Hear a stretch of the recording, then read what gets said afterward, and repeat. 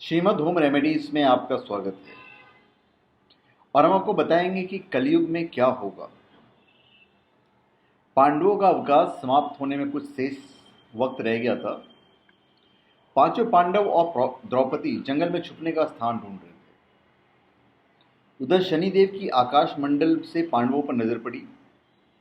शनिदेव के मन में विचार आया कि इन सब में बुद्धिमान कौन है, परीक्षा ली जाए। शनिदेव ने एक माया का महल बनाया। कई योजन दूरी से उस महल के 4 कोने थे, पूर्व, पश्चिम, उत्तर और दक्षिण।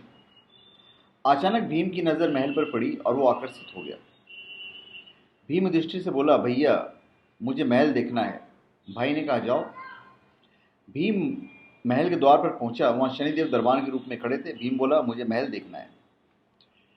शनिदेव ने कहा कि महल की कुछ शर्त है कि महल में 4 कोने हैं, आप एक ही कोना देख सकते हैं। महल में जो देखोगे उसकी सार सहित व्याख्या करोगे। अगर व्याख्या नहीं कर सके तो कैद कर लिए जाओगे। भीम ने कहा कि मैं स्वीकार करता हूं, ऐसा ही होगा। और वो महल के पूर्व छोर की ओर गया। वहां जाकर उसने अद्भुत पशु पक्षी और फूलों एवं फलों से लदे वृक्ष का नजारा देखा। आगे जाकर देखता है कि 3 कुएं हैं, अगल बगल में छोटे कुएं और बीच में एक बड़ा कुआं। बीच वाले बड़े कुएं में पानी का उफान आता है और दोनों छोटे खाली कुओं को पानी से भर देता है। फिर कुछ देर बाद दोनों छोटे कुएं में उफान आता है तो खाली पड़े बड़े कुएं का पानी आधा रह जाता है। इस क्रिया को भीम कई बार देखता है पर समझ नहीं पाता और लौट कर दरबान के पास आता है। दरबान पूछता है, क्या देखा आपने? भीम बोलता, महाशय मैंने पेड़ पौधे पशु पक्षी देखा, वो मैंने पहले कभी नहीं देखा था, जो अजीब थे। एक बात समझ में नहीं आई कि छोटे कुएं पानी से भर जाते हैं, बड़ा क्यों नहीं भर पाता है, ये समझ में नहीं आया।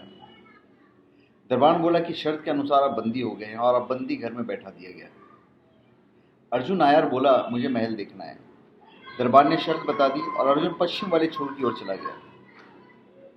आगे अर्जुन क्या देखता है कि खेत में 2 फसल उग रही है। एक तरफ बाजरे की फसल, दूसरी तरफ मक्के की फसल। बाजरे के पौधे से मक्का निकल रहा था तथा मक्के के पौधे से बाजरी निकल रही थी। अजीब लगा, कुछ समझ में नहीं आया और वापस द्वार पर पूछा तो दरबार ने पूछा, क्या देखा? अर्जुन बोला, वहां से सब कुछ देखा पर बाजरा और मक्के की बात समझ में नहीं आई। शनिदेव ने कहा कि शर्त के अनुसार आप बंदी बना लिए गए। फिर नकुल आया। वह उत्तर दिशा की ओर गया। वहां उसने देखा कि बहुत सारी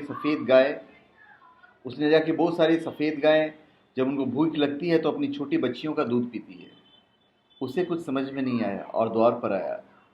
शनिदेव ने पूछा तो नकुल बोला कि महाशय गाय बच्चियों का दूध पीती है, समझ में नहीं आया। तब उसे ही बंदी बना लिया गया। सहदेव आया और बोला, मुझे महल देखना है, और वो दक्षिण दिशा की ओर गया। अंतिम गुना देखने के लिए क्या देखता है कि वहां पर एक सोने की बड़ी शिला एक चांदी के सिक्के पर टिकी हुई डगमग डोले पर गिरे नहीं, छूने पर भी वैसे ही रहती है। समझ नहीं आया। वो वापस द्वार पर गया और बोला, सोने की शिला की बात समझ में नहीं आई। तो वह भी बंदी हो गया।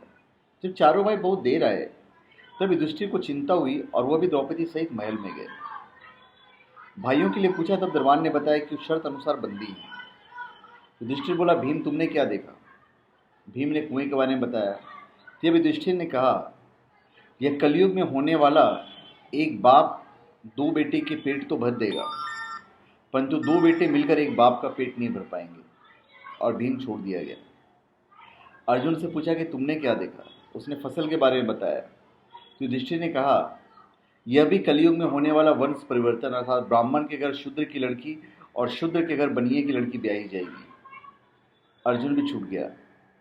नकुल से पूछा कि तुमने क्या देखा? तब उसने गाय का वृतांत बताया। तो युधिष्ठिर ने कहा, कलयुग में माताएं अपनी बेटियों के घर में पलेंगी, बेटी का दाना खाएंगी और बेटे सेवा नहीं करेंगे। तब नकुल भी छूट गया। सहदेव से पूछा कि तुमने क्या देखा? तो उसने सोने की शिला का वृत्तांत बताया। तब युधिष्ठिर बोले कि कलयुग में पाप धर्म को दबाता रहेगा, परंतु धर्म फिर भी जिंदा रहेगा, खत्म नहीं होगा। आज के कलयुग में यही सब सारी बातें सच हो रही है और आगे भी सच होगी। तो धन्यवाद। आप हमारे चैनल पे सब्सक्राइब करें और अपने कमेंट दीजिए। धन्यवाद।